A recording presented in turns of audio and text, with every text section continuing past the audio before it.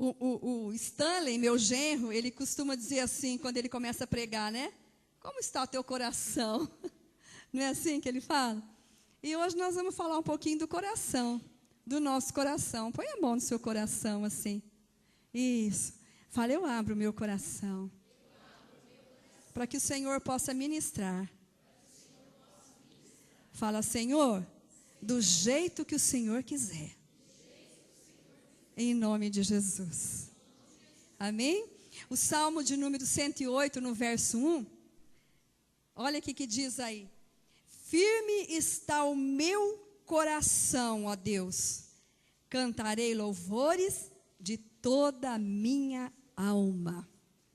O salmista fala, firme está o meu coração. Porque com certeza, né? Quantas experiências ele teve de um coração enganoso. Porque o nosso coração, diz a palavra de Deus, que é enganoso. E nós precisamos abrir para que a palavra de Deus entre e não haja engano. Fala assim, o meu coração precisa sair do engano. Amém? Então, o nosso coração pode ser um coração. Vamos falar 3 tipos de coração aqui. Ó. Um coração duro, um coração quebrantado. Fala comigo, um coração duro. Coração quebrantado.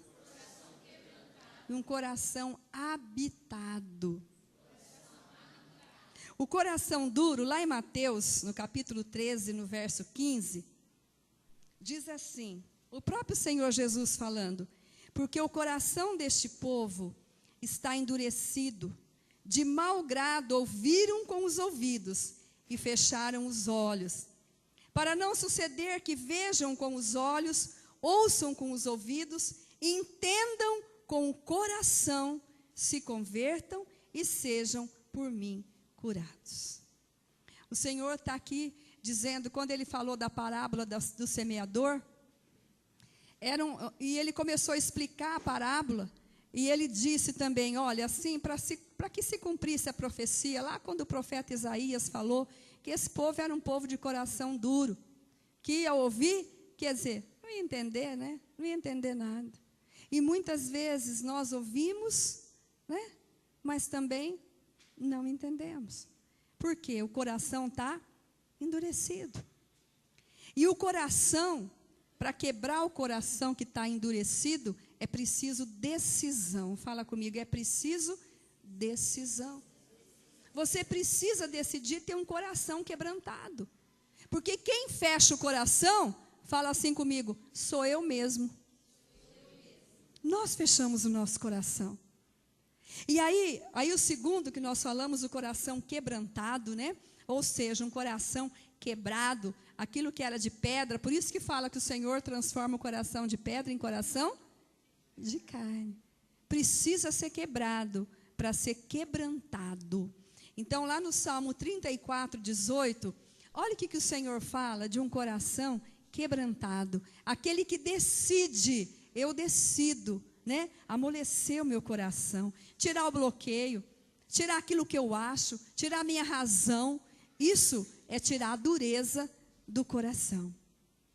Ele fala assim no Salmo 34, 18: perto está o Senhor dos que têm o coração quebrantado e salva os de espírito oprimido. Então, o Senhor fica perto daquele que decide ter o coração quebrantado. Por que isso? Porque quando nós decidimos que o nosso coração vai ser quebrado, vai ser tirado a dureza, o que acontece? Nós ficamos sensíveis ao Espírito Santo de Deus. Então, por isso que aqui o salmista fala, né? Perto está o Senhor daquele que tem o coração quebrantado. Quem é que não quer ficar pertinho do Senhor? Fala para mim, quem que não quer? Não é? Quem não quer ter o Senhor por perto? Então fala assim, ó, dureza de coração. Faz assim, sai em nome de Jesus. Tem que tirar isso, esse bloqueio que há. Muitas vezes nós olhamos, né? E a dureza do nosso coração é tão grande que a gente não consegue ver o Senhor pertinho. não consegue ver o operar do Senhor, o mover do Espírito Santo. Por quê? Porque há um coração duro. Agora, o coração habitado. Lá em Efésios, no capítulo 3, no verso 17. Um coração habitado.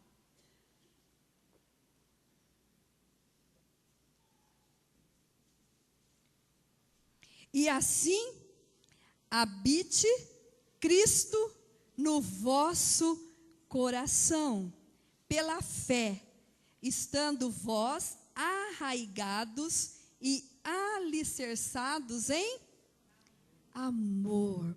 Então, o nosso coração é habitado. E se ele é habitado por Cristo através do Espírito Santo, a dureza tem que ser quebrada, tirada. Amém? Vamos ler de novo? E assim, habite Cristo no vosso coração, pela fé, estando vós arraigados e alicerçados em amor. Quem que é amor? Deus é amor. E 1 João 4,18 fala que antes o perfeito amor lança fora todo medo. E quem é o perfeito amor? É o próprio Senhor Jesus em nossa vida, porque Ele se deu em amor, não é? Ele é o próprio amor em nossas vidas. Então, Ele habita em nós através do Espírito Santo. E aí nós temos um coração, fala comigo, habitado. O nosso coração está habitado. Mas por que que às vezes nós ficamos com o coração turbado? Ou seja, inquieto, agitado, né? Muitas vezes o nosso coração fica turbado. E nós vamos ver o porquê.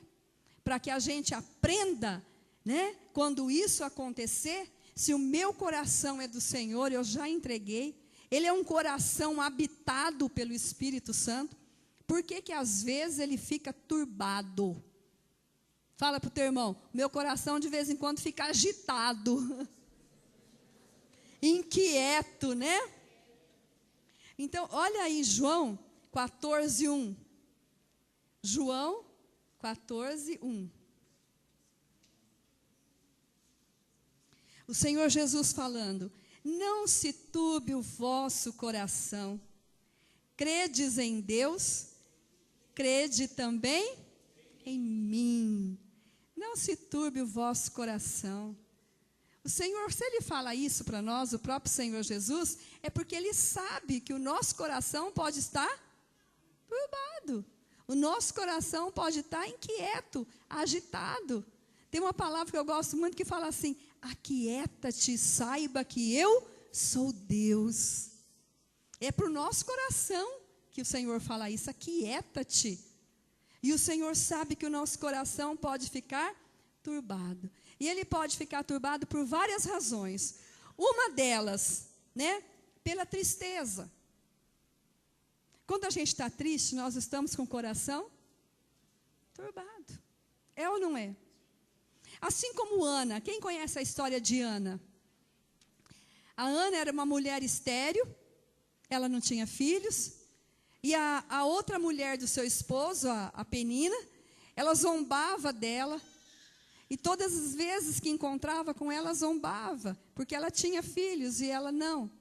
E uma grande tristeza abatia o coração de Ana, né? Ela ficava angustiada. E aí o seu esposo, Eucana, falou assim para ela, lá em 1 Samuel 1, verso 8. Então Eucana, seu marido, lhe disse, Ana, por que choras? E por que não comes? E por que estás de coração triste?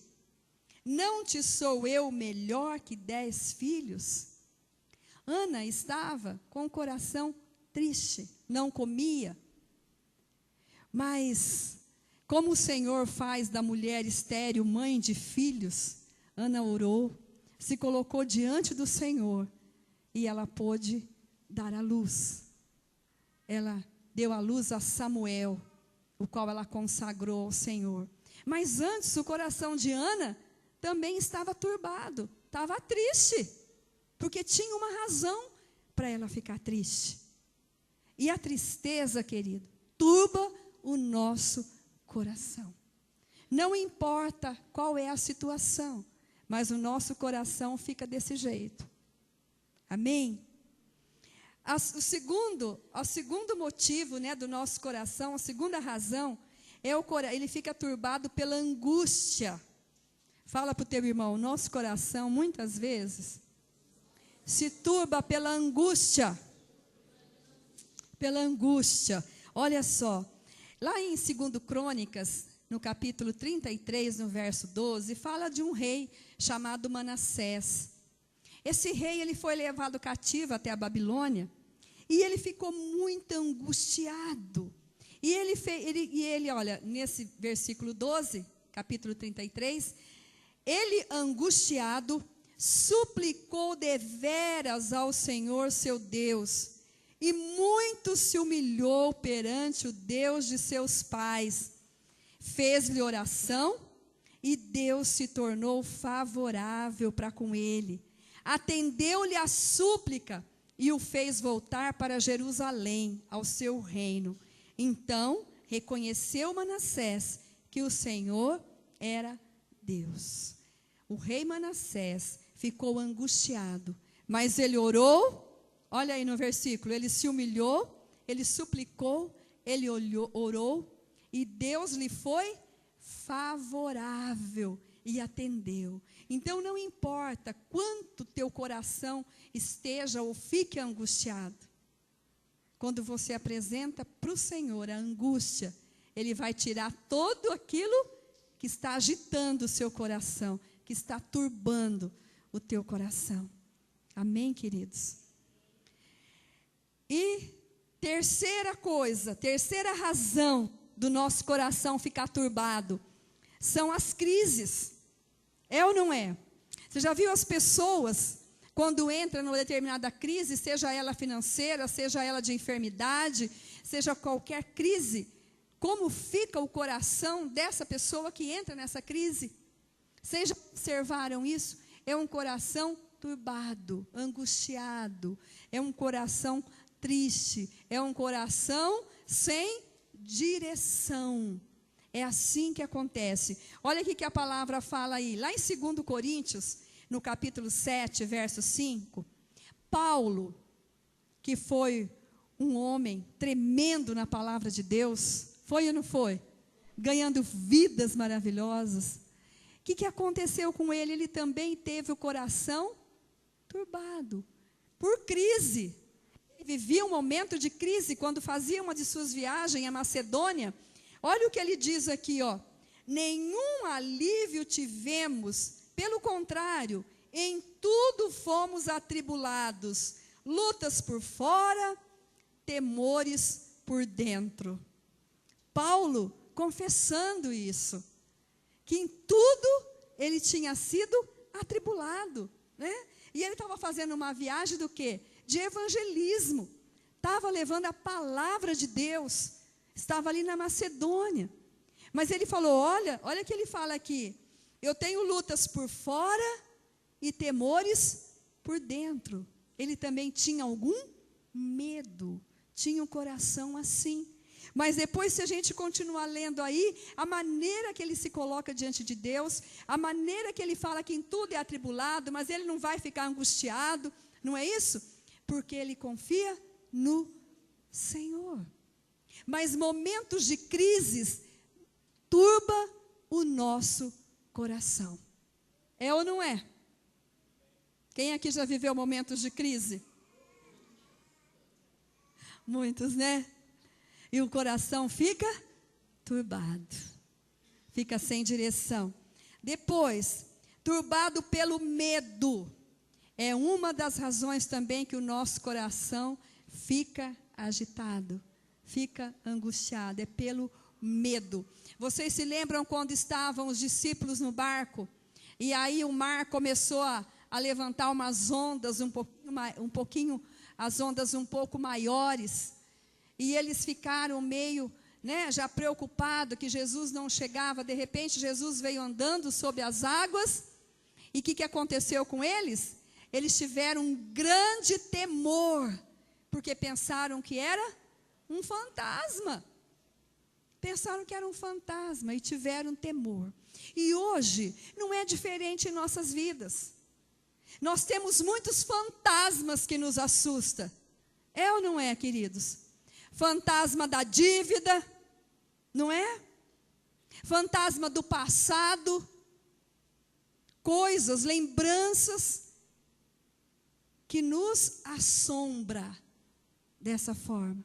Mas o Senhor Jesus falou assim para aqueles homens: olha, ei, sou eu, não temais, não tenha medo, sou eu que estou chegando aqui. E da mesma forma o Senhor faz conosco quando há um temor no nosso coração, quando tem algo que nos assombra, como eu vou fazer, como eu vou lidar com isso? O Senhor fala: ei, sou eu, não temais. Mas nós precisamos fazer como o rei Manassés, suplicar, se humilhar, orar diante do Senhor, quando tem algo. Para quê? Para que o nosso coração, aconteça o que com ele? Saia da agitação, saia de tudo aquilo que está turbando o nosso coração. Vocês estão entendendo, queridos? E hoje o que a gente mais vê é isso, corações turbados. E aí não consegue ouvir, não consegue deixar o Senhor operar, porque não vê o que o Senhor pode fazer. As promessas do Senhor ficam turbadas também, escondidas, ninguém vê. Por isso fala assim: o meu coração, em nome de Jesus, eu entrego, para que o Senhor limpe, tire tudo daquilo que está turbando o meu coração, em nome de Jesus. Outra coisa que turba o nosso coração, e quando nós estamos nessa aflição aí, né, de, às vezes, com medo de algo, com uma situação de assombro, né? Olha aí o que fala o Salmo número 34, no verso 19.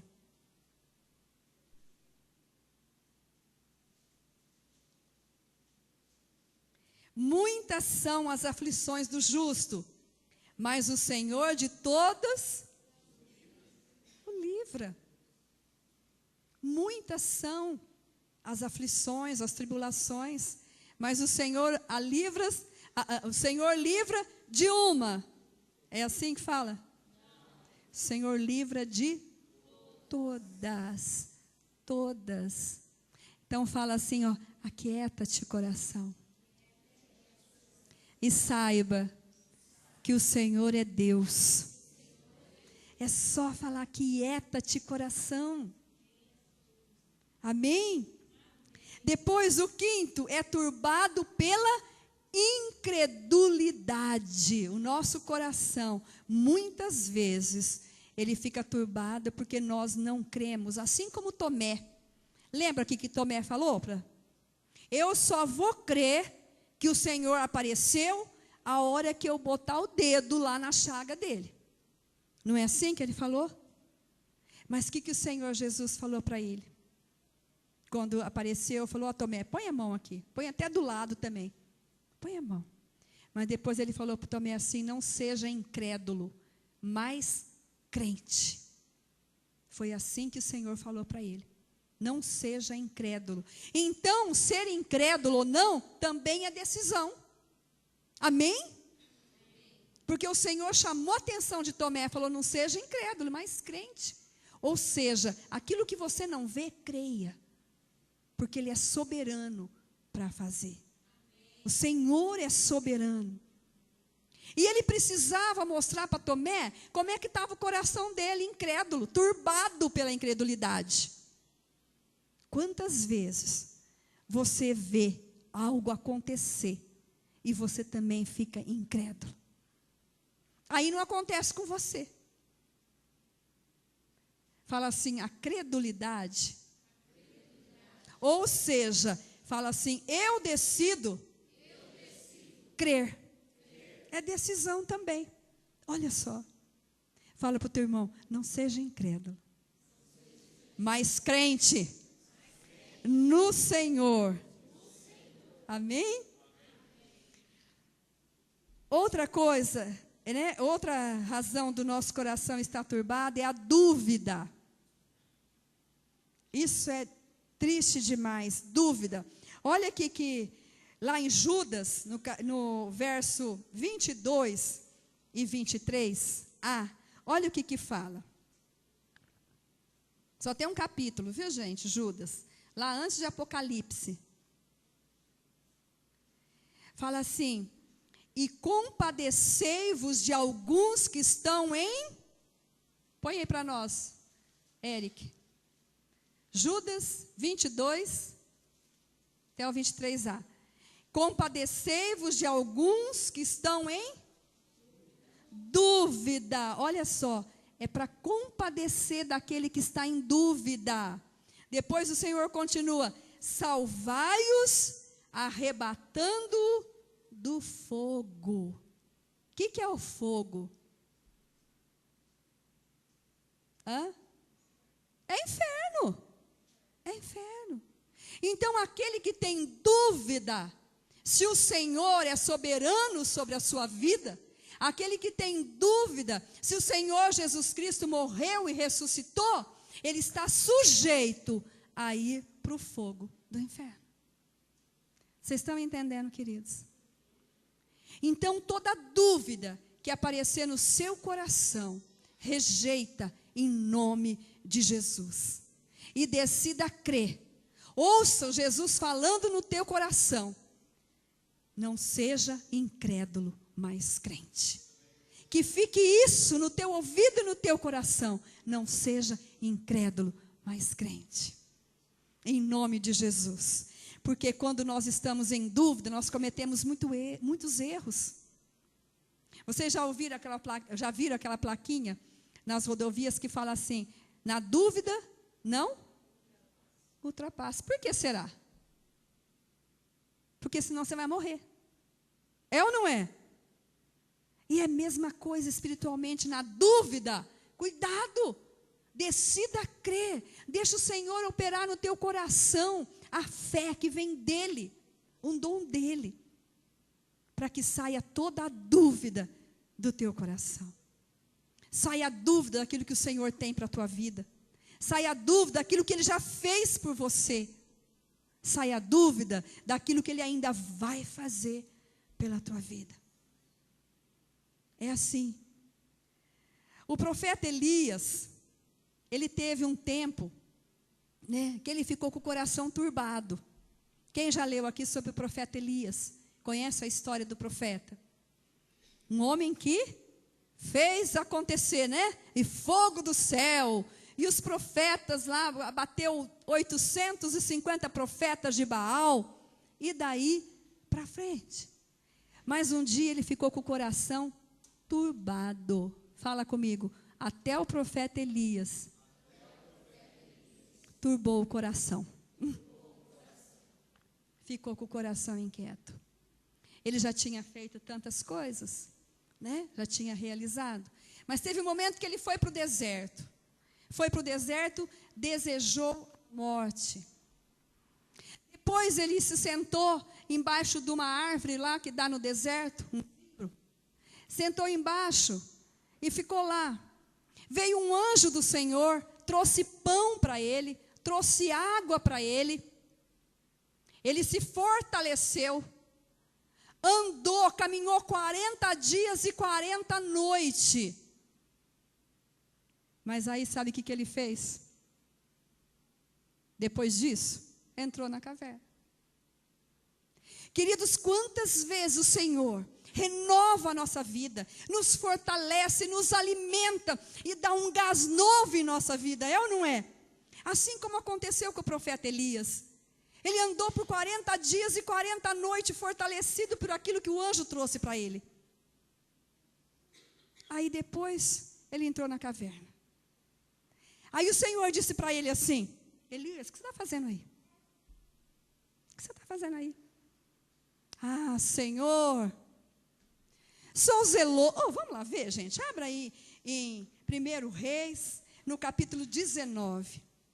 Olha a queixa de Elias. Que fazes aqui, Elias, no verso 9?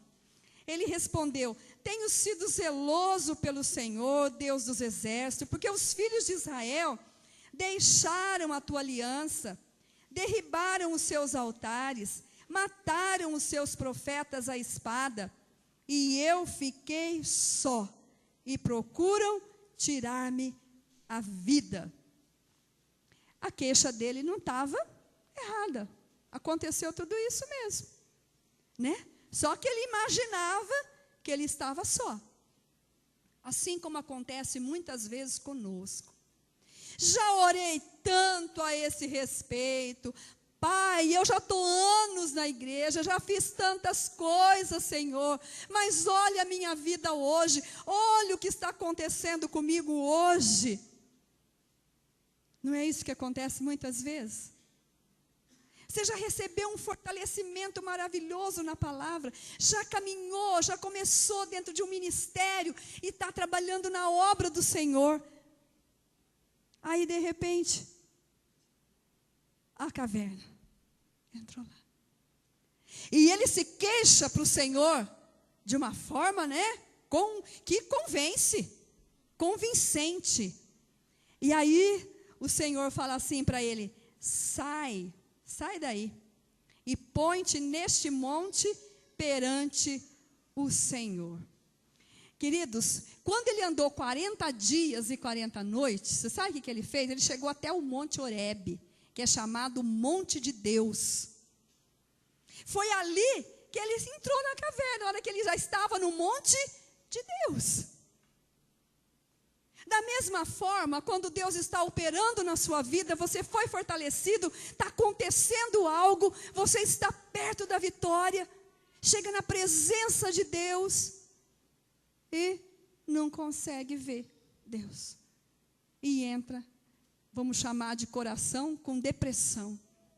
Coração turbado na depressão. Vocês estão entendendo? E ele se queixou ao Senhor. Mas aí o Senhor, levanta daí, né? Põe-te neste monte perante o Senhor. Aí veio um vento forte. Mas o Senhor não estava no vento. Veio um terremoto. O Senhor não estava no terremoto. Veio um fogo. O Senhor também não estava no fogo. Queridos, o Senhor está nos ensinando com isso. Que nós podemos passar por grandes tempestades, terremotos, ventos fortes, fogo. Mas nós aguentamos, porque Ele é com cada um de nós. Muitas serão as aflições do justo, mas de todas o Senhor o livra. Aí Elias sentiu um vento suave, uma brisa, né? Suave. É aí que estava a presença do Senhor. Aí o Senhor dá um chacoalhão nele e ele tenta novamente falar, né? Se você continuar lendo aí, o Senhor fala de novo: que fazes aqui, Elias? Quantas vezes, né? O Senhor já falou com você. Ei, o que você está fazendo aqui? Que caminho você está andando? E ele novamente leva a mesma queixa, ou a mesma justificativa diante do Senhor. Como nós também. Olha, para justificar como nós, eu acho que não tem, né? Como nós nos justificamos diante do Senhor. O profeta fez isso, mas ele estava, fala comigo, ele estava com o coração turbado. E aí, quando o Senhor fala isso, né, ele reclama, e o Senhor fala assim, ó, vai e volta para o teu caminho. Quer dizer, você saiu do caminho, você saiu da direção. A direção não é essa. O que eu quero para a tua vida é outra coisa. Vai lá, vai ungir profeta, vai ungir rei. Eu tenho algo maravilhoso para a tua vida, eu tenho um ministério para a sua vida. O que você está fazendo aí? Volta para o caminho. É tremendo isso que o Senhor faz aqui com Elias, falando conosco. Você é um profeta do Senhor, querido? A palavra de Deus diz que você é. Amém? Então essa palavra é para você também, é para mim, é para nós. Uma palavra tremenda. Nós estamos nesses 40 dias de jejum e oração, e o Senhor fala do propósito que Ele tem para nós. E é como se Ele tivesse, eu comecei a ler de novo, quantas vezes a gente já leu, já pregou sobre esse texto, mas eu comecei a ler de novo, e quando Ele fala assim, ó, volta para o teu caminho, vai lá, vai ungir tal rei, você vai levantar um profeta que vai ficar no seu lugar, Ele chama Eliseu. E eu começo a ver isso, a grandeza do Senhor. Porque um dia, Ele designou cada um de nós aqui, para quê? Não fostes vós que escolheste a mim, mas fui eu que? Para quê? E o fruto permaneça. E quando Ele fala com o profeta aqui, Ele fala, ó, não é isso não. Você está enganado, o que você está fazendo aí? Você tem que continuar aquilo que eu iniciei na sua vida. Por que que você parou? Por que que você parou? Eu vou iniciar. E aí ele conta para o profeta, né? Olha no verso 18. Sabe de uma coisa, querido? Eu até conservei em Israel 7.000, né? Os joelhos que não se dobraram a Baal. Porque antes o profeta havia reclamado que ele estava só. E aí Deus, né, conversando com ele, ei, acorda, né? Eu ainda tenho lá, você não está sozinho. Tem 7.000 que não se dobraram a Baal. Assim como você, assim como a igreja de Cristo não está só. Tem milhões de cristãos espalhados, pregando a palavra de Deus, passando por tribulações, enfrentando tempestade, fogo, terremoto, mas sempre esperando a brisa suave, o vento suave do Senhor, para nos conduzir no seu propósito, de forma maravilhosa. Queridos, feche os seus olhos.